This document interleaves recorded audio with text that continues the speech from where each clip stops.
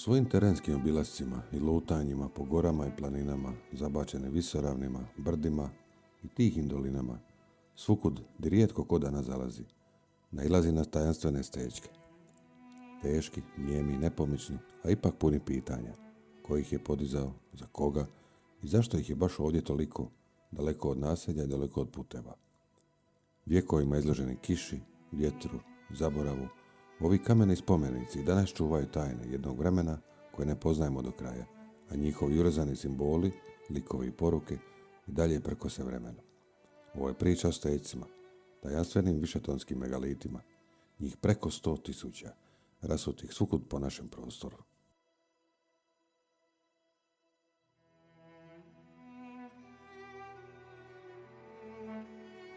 Iako je čvrsti stav službene arheologije da su steci isključivo srednjovjekovni spomenici, nadam se da će vam nakon ovog videa biti malo jasnije da stvari nisu uvijek onakve kakvima se čine.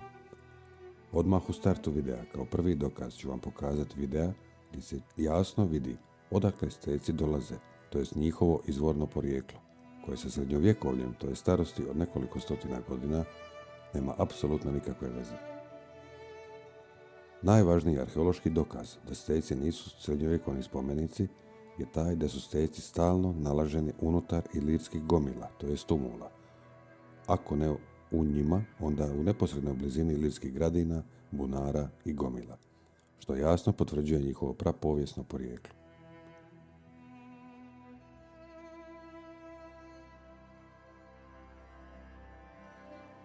Prilikom istraživanja tumula, to jest ilirskih grobnica starih nekoliko tisuća godina, u njima pronalazimo stečke. Struka na apsurdan način skriva to njihovo izvorno porijeklo, nazivajući stečke gomilama, pazite sad, naknadnim srednjovjekovnim ukopima u ilirsku gomilu. Također prilažem i rad hrvatskog arheologa Petra Kajera, koji dokumentira istraživanje gomile te piše o trenutku kad su u gomili pronašli stečke koje zbog težine nisu mogli uopće podignuti, već su ga razbili, a u grobu ispod stečka su bili posmrtni ostaci i grobni prilozi prapovijesnog predantičkog razdoblja. Tvrdnje da za vrijeme organiziranih grobalja u nizinama na pristupačnim mjestima netko u srednjem vijeku izrađuje i nosi megalit od 20 tona na vrhove planina, pogotovo za vrijeme nesigurnosti u ovom području u srednjem vijeku i konstantnog ratovanja, zvuči zaista apsurdno.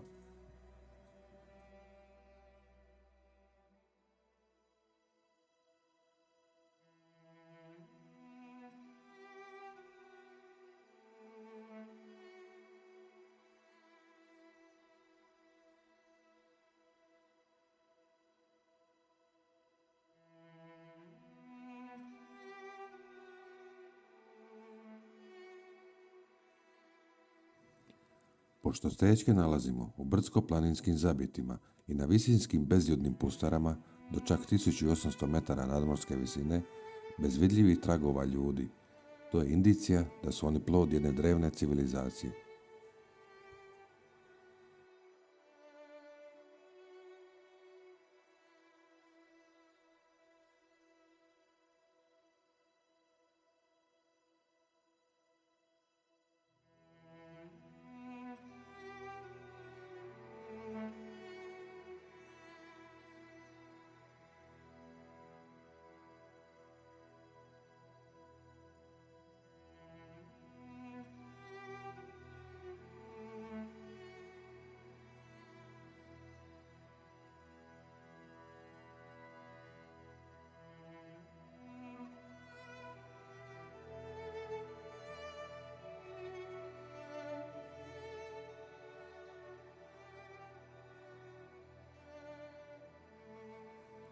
Čak je i osobno geolog Heinrich von Sterneck upozoravao da se steci često nalaze na nenastanjivim visinama i prostorima, dok su rimski ostaci uvijek vezani uz naseljiva područja, što dokazuje njihovu veću starost u odnosu na rimske ostatke.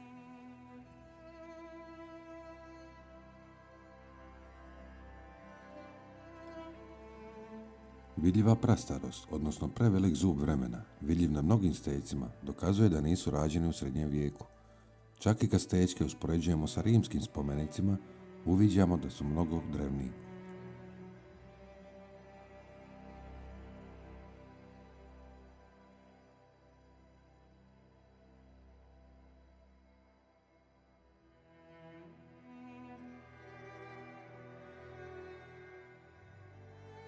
Do nekih nekropola stećaka je doslovno moguće doći samo dronovima ili ako ste vrlo iskusni planinar. Kako li su samo onda stećke nosili na takva mjesta, zaista ostaje nepoznanica.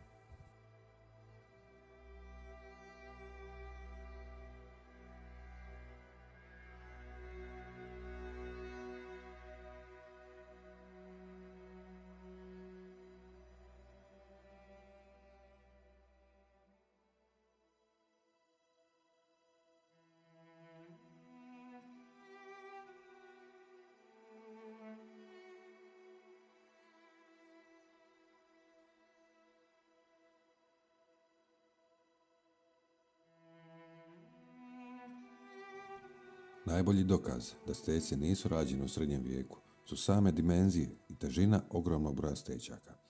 Ne postoji tehnološki kontekst u koji bi se smjestila praksa odvaljivanja megalita od 30 tona i njihov prijevoz na velike udaljenosti u srednjem vijeku. Uostalom, zašto bi se iko time bavio, a da istu tu tehnologiju ne upotrebi u bilo kojoj drugoj gradnji, na primjer gradnji obrambenih kula ili naselja.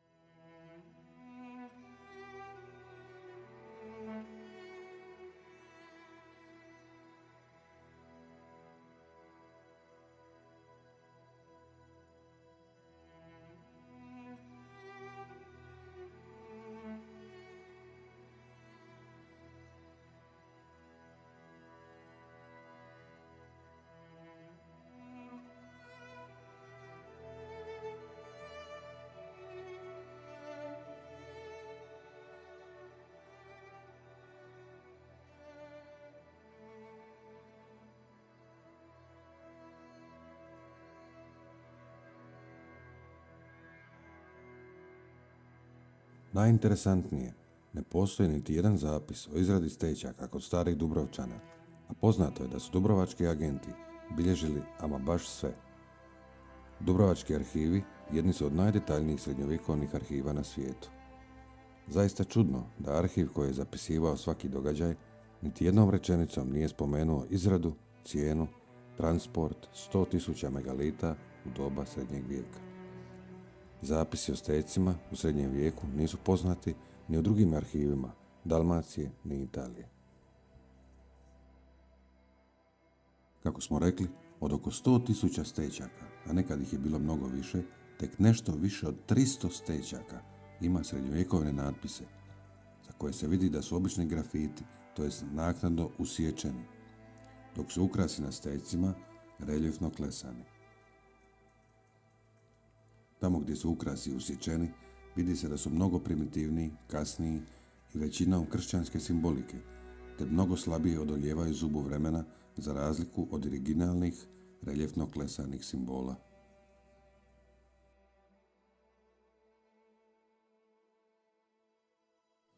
Od oko 100.000 stećaka, a nekad ih je bilo još i više, samo njih oko 6.000 je ukrašeno. Ne postoji valjan razlog da bi se izrađivali megalitski spomenici u srednjem vijeku bez simbola i bez natpisa kakvih je velika većina. Srednji vijek je poznat po vrhuncu pravopisa, krasopisa i ukrašavanja. Mnogi prikazi antičkih stupova i hramova na brojnim megalitskim stećcima dodatno potvrđuju da su povezani sa antičkim dobom. Također, slojevi humusa na stećcima koji su danas pod zemljom su otprilike 30 do 80 cm debljine, dok su na rimskim spomenicima 15 do 30 cm, što ukazuje na njihovu starost.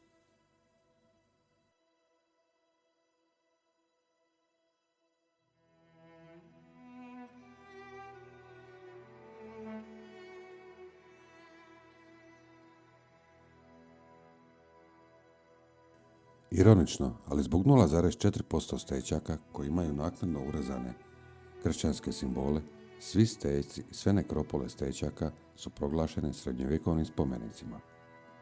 UNESCO je 2016. proglasio spomenicima svjetske baštine tek manje od 4.000 stećaka, iako ih postoji preko 100.000, na svega 28 lokaliteta, iako su stećci na 3.300 lokaliteta, potpuno otvoreno, odabirujući isključivo primjerke koji se mogu povezati sa kršćanstvom.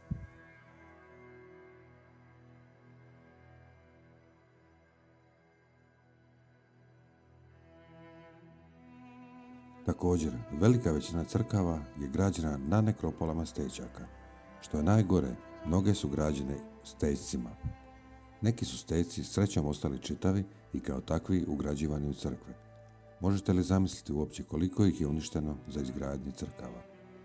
Da je potpuno besmisleno braniti crkvu da to nije radila, treba vidjeti samo ovaj primjer, gdje je relativno nova crkva izgrađena na Ilirskoj gomili, a stećci pronađeni u gomili su bačeni ispod puta.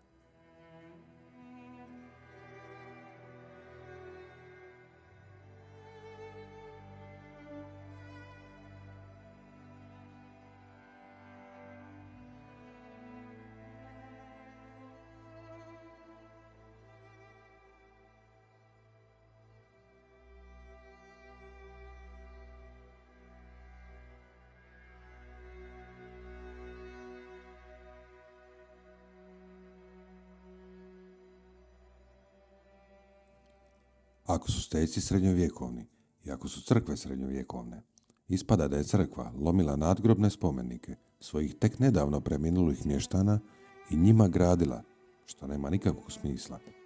Prava istina je ta da je crkva u doba srednjeg vijeka u manjim sredinama bila slaba, a učenih klesara nije bilo, te su prapovijesni megaliti smatrani heretičkim prastarim spomenicima i odlično su poslužili kao građevinski materijal.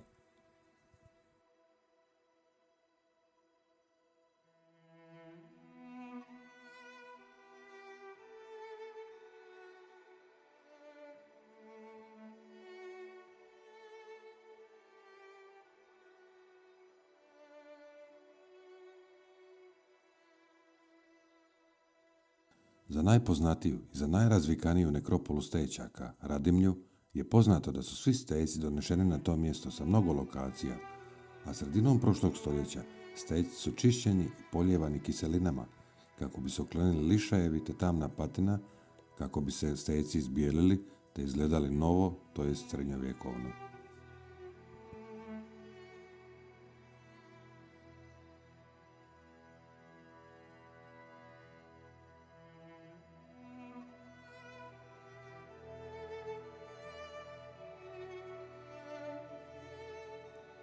Također, na stećcima nemamo prikaze srednjovjekovnih ratnika, nego imamo prikaze antičkih ratnika u antičkim odorama sa ilirskim kacigama sa perjanicom, kao i antičke trojanske kacige sa perčinom, koje su potpuno identične na prikazima antičkih vaza iz 9. do 6. stoljeća prije Krista.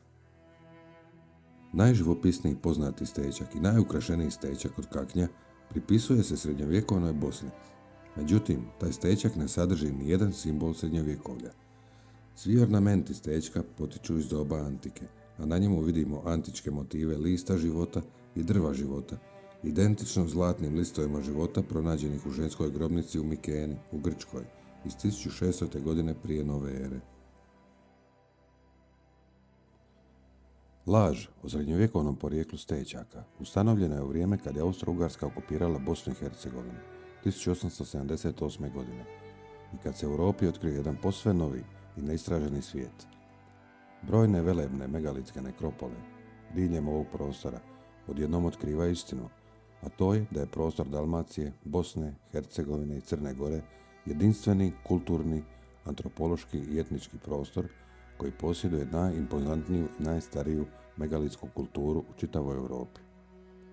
Ova otkrića unijela su nemir u redove europskih istraživača, arheologa i političara, jer je veličina i drevnost naše kulture čini zapadnu Europu inferiornom.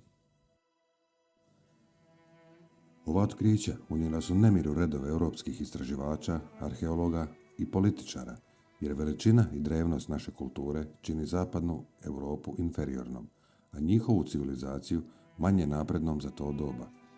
I u tom političkom smislu naš nacionalno ujedinjeni prostor predstavljao bi prevelik izazov Austro-Ugarskom carstvu, pa je bilo potrebno taj prostor fragmentirati u što je moguće veći broj međusobno suprotstavljenih provincija.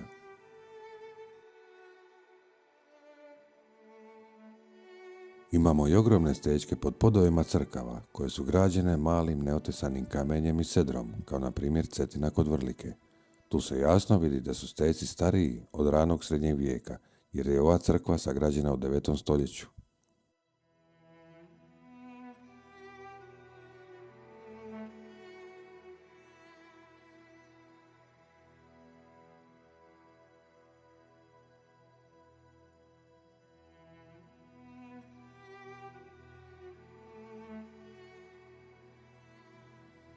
Na našu žalost, arheološka struka Hrvatske i Bosne i Hercegovine je prihvatila taj iskrivljeni stav, da se danas smatra da se u Antici ili ranije na Balkanu nije dogodilo ništa naročito bitno osim rimskog osvajanja, a Stečke gleda kao spomenike iz kasnog srednjeg vijeka. Kontinuitet našeg naroda na ovom prostoru od prapovijesti do današnjih dana nikad nije bio sporan, sve do 19. stoljeća i dolaskom Austro-Ugara. Drugim riječima, do tada je bilo svakome jasno da je ovaj narod zapravo nasljednik Ilira. Već od 17. stoljeća, prije pojave Austro-Ugara, europski istraživači putopisci promatrali su Stečke na ovome terenu u njihovom prirodnom kontekstu. Pisali su da im izgledaju kao da ih je pogodila nekakva pradavna kataklizma. Alberto Fortis u 18. stoljeću upisuje nekropole uz rijeku Cetinu kao grobove divova zbog njihove monumentalnosti. Kuzani sa Pijeha uspoređivali su Stečke te primijetili jaču eroziju nego kod rimskih spomenika, koji su također bili izgrađeni od domaćeg vapnenca, što im je bio jasan znak njihove veće starosti. Fra Grgo Lozić, fra Petar Bakula također su povezivali Stečke sa ilirskom tradicijom. Don Petar Kajer uvijek je isticao da su najjednostavniji oblici najstariji, a križevi i natpisi naknadno dodani. Međutim, nakon što su ilirsko ime, grb sa polumjesecom i zvijezdom, koji dan danas stoji na prvom polju hrvatskog grba, zabranjeni carskim dekretima 1852. Austro-ugarska politika je stvorila tvrdnje kojom je taj kontinuitet osporen, a cilj im je bio ometanje ikakvog potencijalnog ujedinjenja putem izgradnje niza manjih rascjepkanih nacija. Tada su potomci drevnih Ilira proglašeni Albanci, a narodi Hrvatske, Bosne i Hercegovine odjednom postaju Slaveni, doseljenici sa Karpata. Da se u 6. i 7. stoljeću nije dogodila se oba 100.000, već se oba znatno manjeg broja ljudi na ove prostore dokazuju moderna istraživanja i genetske karte koje ću prikazati.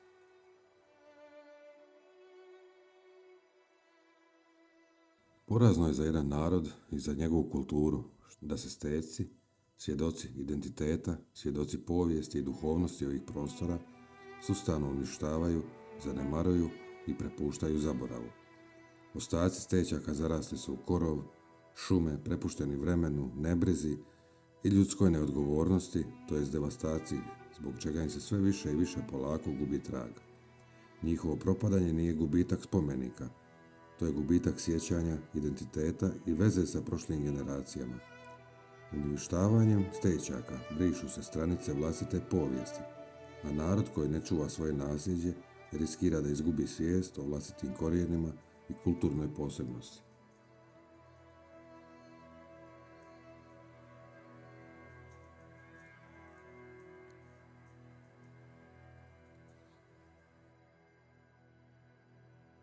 Na nama je da sačuvamo ono što su nam preci povjerili i što nam je povijest ostavila.